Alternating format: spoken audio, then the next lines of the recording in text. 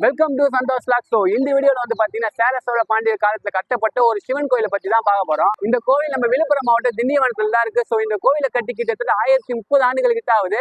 சரி, இப்போ வாங்க இந்த கோவில் உள்ள போய் இந்த கோவில் இப்போ எப்படி இருக்கு. இந்த கோவில் வந்து பாத்தீங்கன்னா இப்போ புதுப்பிச்சுட்டு இருக்காங்க. ஸோ வாங்க இந்த உள்ள போய் கோவில் எப்படி இருக்குன்னு பார்க்கலாம். இதுதான் இந்த கோவிலோட என்ட்ரன்ஸ். ஸோ இந்த கோவிலோட பேர் வந்து பாத்தீங்கன்னா ஸ்ரீ மரகதாம்பிகை ஸ்ரீ நிந்திரீஸ்வரர் ஆலயம். ஸோ இந்த கோயில் கரெக்டாக நம்ம விழுப்புரம் மாவட்டம் திண்டிவனத்துல தான் இருக்கு. ஸோ இப்போ மெயின் கேட் வந்து பாத்தீங்கன்னா பூட்டிருக்கு. இந்த கோயிலுக்கு வந்து பார்த்தீங்கன்னா மெயின் கேட் மட்டும் இல்லாமல் ஒரு 2 வழி இருக்கு. வாங்க இப்போ அந்த வழியாக இந்த கோயிலுள்ள போகலாம். ஸோ இப்போ நான் கரெக்டாக எங்கே நிற்கிறேன்னா இந்த கோவிலோட மெயின் என்ட்ரன்ஸ் தான் நிற்கிறோம். ஸோ ஃபர்ஸ்ட் வந்து பார்த்தீங்கன்னா இந்த கோயில் மெயின் என்ட்ரன்ஸ் வந்து பார்த்தீங்கன்னா பூட்டி இருக்கு. ஏன்னா இந்த கோயில் புதுசாக கட்டிட்டு இருக்காங்க. ஸோ அதனால மெயின் என்ட்ரன்ஸ் பூட்டி இருக்கு. இந்த கோயிலுக்கு மொத்தம் 3 வழி இருக்கு.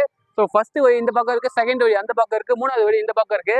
ஸோ 3வது வழி நம்ம கடைசியாக வந்து ஒரு அரை மணி நேரம் கழிச்சு அந்த வழி ஓப்பன் பண்ணாங்க. ஸோ அங்கே அப்படியே சாமியெல்லாம் பார்த்துட்டு ஸோ இந்த பக்கம் வந்துட்டோம். இந்த பக்கம் தான் வந்து பார்த்தீங்கன்னா இந்த கோயில் உள்ள போக முடியும். ஸோ வாங்க அப்படியே காட்டுறேன். ஸோ இந்த கோயிலுள்ள போகும்போதே வந்து பார்த்தீங்கன்னா இந்த ராஜகோபுரம் பார்க்கறதுக்கு சூப்பராக இருக்கும். அதுக்கப்புறம் இந்த கோயிலுள்ள போகும்போதே வந்து இந்த ராஜகோபுரத்துலேருந்து பார்த்தீங்கன்னா ஒரு 20 அடி கிட்ட கருங்கலால் கட்டியிருக்காங்க. அதுக்கு மேலே வந்து பார்த்தீங்கன்னா செங்கல் சிமெண்ட் வச்சு சின்ன சின்ன சாமி சிலைலாம் செஞ்சுருக்காங்க.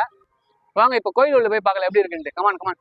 இந்த கோயிலோடைய ராஜகோபுரத்தை பாருங்க. கிட்ட இருந்து பார்த்தாலும் தூரத்துல இருந்து பார்த்தாலும் பார்க்கறதுக்கு மிக பிரம்மாண்டமாக இருக்கும். இப்போ வந்து நான் கரெக்டாக எங்கே இருக்க வந்து பார்த்தீங்கன்னா ராஜகோபுரம் கீழே தான் நிற்கிறேன். ஸோ உங்களுக்கு இங்கே பார்த்தாலே தெரியும். இதுல வந்து பாருங்க கிட்டத்தட்ட அப்படியே வந்து பாத்தீங்கன்னா 1.5 அடி கிட்ட பாத்தீங்கன்னா இந்த கருங்கல் இருக்கு. ஸோ இந்த கருங்கல்லாம் வந்து பாத்தீங்கன்னா யானையை வச்சு கட்டியிருக்காங்க. ஸோ இந்த கோவிலை பத்தி ஃபுல்லா எக்ஸ்பிளைன் பண்ண ஒரு அண்ணன் வந்திருக்காரு. வணக்கம்ண்ணா. வணக்கம். உங்க பேர் என்னது? சிவகுமார். ஸோ அண்ணன் பேர் வந்து பாத்தீங்கன்னா சிவகுமார். ஸோ அவரு தான் இந்த கோயிலை பத்தி ஃபுல்லா எக்ஸ்பிளைன் பண்றாங்க.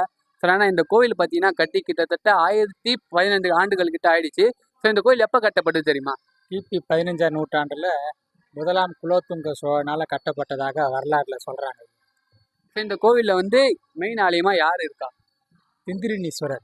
அதாவது ஏன் திந்திரினீஸ்வரர்னு பெயர் வந்ததுன்னு கேட்டிங்கன்னா, திந்திரி அப்படின்னு சொன்னால் சமஸ்கிருத மொழி. அது தமிழாக்கம் செய்யும்பொழுது புலி என்று பெயர்.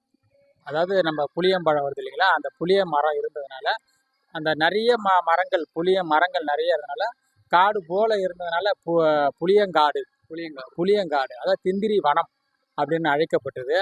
அது மட்டும் இல்லாமல் இப்போ திந்திரினீஸ்வரர் அப்படின்ற அந்த புளிய மரம் புளியங்காடு என்பதை வைத்து திந்திரினீஸ்வரர் என்று அழைக்கப்பட்டது போல திண்டி முண்டி அப்படின்னு 2 பேர் வழிபட்டுக்கிறாங்க. வால்மீகி மகரிஷியும் வியாச முனிவரும் இந்த கோயிலை வழிபட்டிருக்கிறாங்க. கில்லாலின்னு சொல்லக்கூடிய முனிவர்களும் இந்த கோயிலை வழிபட்டிருக்கிறாங்க. இந்த 7 நிலை ராஜகோபுரத்தை வேத வியாசர் என்று சொல்லக்கூடிய ரிஷி தான் அமைத்திருக்கிறதாக சொல்லப்படுகிறது. திண்டி என்ற அந்த துவாரக பாலகர் அவங்க அந்த திண்டி என்ற ஒரு வழிபட்டதுனால இது திண்டீஸ்வரம். ஸோ இப்போ வந்து பார்த்தீங்கன்னா அண்ணன் சூப்பராக எக்ஸ்பிளைன் பண்ணாரு. ஸோ இப்போ வந்து இந்த கோயிலில் வந்து பார்த்தீங்கன்னா ஸோ என்னென்னலாம் ஆலயம் இருக்குது அப்படின்னு சரி நானே கேட்டு தெரிஞ்சுக்கலாம். இப்போ இந்த 7 நிலை ராஜகோபுரத்தை கடந்து உள்ளே வந்தோம்னா வலது இடது பரத்தில் சூரியன் கோயிலும் பைரவர் சன்னதியும் அமைந்திருக்கிறது. அப்படியே உள்ளே வந்தோம்னா பலிபீடம், கொடிமரம், நந்தியம் பெருமான் இவங்களை தாண்டி வந்தோம்னா அப்படியே வலம் வரும்பொழுது விநாயகர் பெருமான் சன்னதி இருக்கிறது. அங்கே சிவலிங்கமும் ஒன்று இருந்தது. பிற்காலத்தில் அது இடம்பெயர்க்கப்பட்டிருக்கிறது. ஆனால் அந்த இடத்துல ஒரு சித்தர் சமாதி ஒன்று இருந்தது. அது மேலே சிவலிங்கத்தை வைத்திருந்தாங்க. பிற்காலத்தில் வந்தவங்க அந்த சிவலிங்கத்தை பெயர்த்திட்டாங்க. அப்படியே வலம் வரும்போது முருகப்பெருமானுடைய சன்னதி இருக்குது. ஆமாம், முருகப்பெருமான் சன்னதியை வந்தோம்னா அங்கே ஒரு வில்வ மரம், அங்கே வில்வ மரத்துக்கு பக்கத்துலேயே வந்து பார்த்தீங்கன்னா அந்த கோயில் தானே சொல்கிறீங்க? ஆமாம், விநாயகர் சன்னதி. அப்படியே நம்ம வந்து இடத்துல ஒரு அம்மன் கோயில். ஆமாம், திருமணங்கள் இதுமாதிரி நடைபெறுவதற்கு போன்ற விழாக்கள் நடைபெறுவதற்கு உண்டான மண்டபம் ஒன்று அமைக்கப்பட்டிருக்கிறது. அப்படியே அம்பாள் வந்து பச்சை நாயகி மரகத இந்த பச்சை புடவை சாத்தி வேண்டுனா கேட்குற வரங்கள் எல்லாம் அள்ளி கொடுப்பா அப்படின்னு சொல்லி பச்சை புடவை சாத்தி வழிபடுகின்ற பக்தர்களுக்கு நிறைய வரங்களை கொடுப்பதாக சொல்லப்படுகிறது. இங்க பஞ்சலிங்கங்கள் இங்க ஸ்தாபிக்கப்பட்டிருக்கிறது. அதனால இது பஞ்சசேத்திரம் அப்படின்னு சொல்லப்படும். பஞ்சலிங்க சேத்திரம். ஆனா இப்போ இந்த ராஜகோபுரம் இருக்கு பாத்தீங்களா? ஸோ இந்த ராஜகோபுரம் இந்த கோயிலுக்கு அழகு. ஸோ இதை பத்தி ஒரு 4 சிறப்பம்சம் எதனா உங்களுக்கு தெரிஞ்சது? இப்போ இந்த ராஜகோபுரம் பார்த்தீங்கன்னா வேதத்தை எழுதின வேத வியாசர் என்பவர் தான் இந்த ராஜகோபுரத்தை கட்டியதாக வரலாறுல சொல்றாங்க. இந்த கோவிலை பத்தி மேலும் இன்ட்ரெஸ்டான விஷயம் தெரிஞ்சுக்க சார் நம்ம இன்னொரு அண்ணன் வந்திருக்காரு. ஸோ அவரை பாட்டு கேட்டு தெரிஞ்சுக்கலாம். சார் ஆனால் இந்த கோவிலில் வந்து பார்த்தீங்கன்னா 5 லிங்கம் இருக்குன்னு சொல்றாங்க. ஸோ அந்த 5 லிங்கத்தோட பேர்கள் மட்டும் சொல்றீங்களா? சிவாய நம. மரகதாம்பிகை உடனுரை திந்தினீஸ்வரர், அகிலாண்ட நாயகி உடனுரை திருமூலநாதர், மீதி 3 லிங்கத்துக்கு வந்து அம்பாள் இல்லை, ஞானபுரீஸ்வரர் இருக்காரு, திருநீலகண்டேஸ்வரர் இருக்காரு. மொத்தம் 5 பூதஸ்தலமா இது வழங்குது. அவ்வளவுதான் 5 லிங்கத்தோட பேர் ஆனா இப்ப இந்த கோவில் வந்து பாத்தீங்கன்னா மாதம் 2 முறையே வந்து பாத்தீங்கன்னா பிரதோஷம் நடக்குது. ஸோ அதை பத்தி சிறப்பு அம்சங்கள் எதனா சொல்லுங்க. சிவாய நம. மாதம் 2 முறை பிரதோஷம் வருகிறது. 12 மாதத்துங்களுக்கு 24 பிரதோஷம். ஒரு மாதம் மட்டும் 3 பிரதோஷம் வரும். அப்புறம் அது கொண்டு தான் அப்போ வந்து அந்த டைமில் பார்த்தீங்கன்னா பிரதோஷுக்கு சாமியை தூக்கிட்டு போக முடியாது. அதுக்காக தான் ஒரு வண்டி செய்யப்பட்டது. அந்த வண்டி இந்த கோயில் இருக்கு. வண்டி இருக்குது. அந்த வண்டி இருக்குது. நந்தி பகவான் வண்டி இருக்குது. அந்த வண்டி அதுக்காக தான் செய்யப்பட்டது. இன்னும் அந்த வண்டி இருக்குது. அந்த வண்டி அதான் எத்தனை ஆண்டுகள் இருக்கும் அந்த பழமையான வண்டி? அந்த எத்தனை ஆண்டுகள்? இந்த அப்பா சுவாமி உழவர் பணி செயல்பட்ட வருஷம் வந்து 1992லேருந்து ஆரம்பித்தாங்க. அப்போதுலேருந்து தான் அந்த உழவர பணி இன்னும் நடந்துருக்கு. அது மூலியமாக தான் அந்த மூலியமாக தான் நாங்களாம் வந்தோம். இன்னும் நிறைய அடியார் இருக்காங்க. கைலைவாதியம் இருக்குது, அப்பா சுவாமி உழவர பணி இருக்குது. எல்லாமே அது மூலியமாக தான் இந்த கோயிலில் செயல்பட்டு இருக்குது. சரிண்ணா, இப்போ நம்ம இங்கே இந்த மண்டபத்தில் உட்காந்து இருக்கோம் பார்த்தீங்கன்னா, ஸோ இந்த மண்டபத்தில் வந்து நிறைய பேர் வந்து பார்த்தீங்கன்னா உட்காந்து தியானம் பண்ணுறாங்க. ஸோ அதை பற்றி சிறப்பு அம்சங்கள் எதனா சொல்லுங்கள். சிவாய நம. இது இந்த மண்டபம் வந்து சேஷாத்திரி மகான் வந்து இங்கே தியானம் பண்ண இடம் இது. அதனால தான் இங்கே வந்து எல்லாம் தியானம் பண்ணிட்டு போகிறோம்.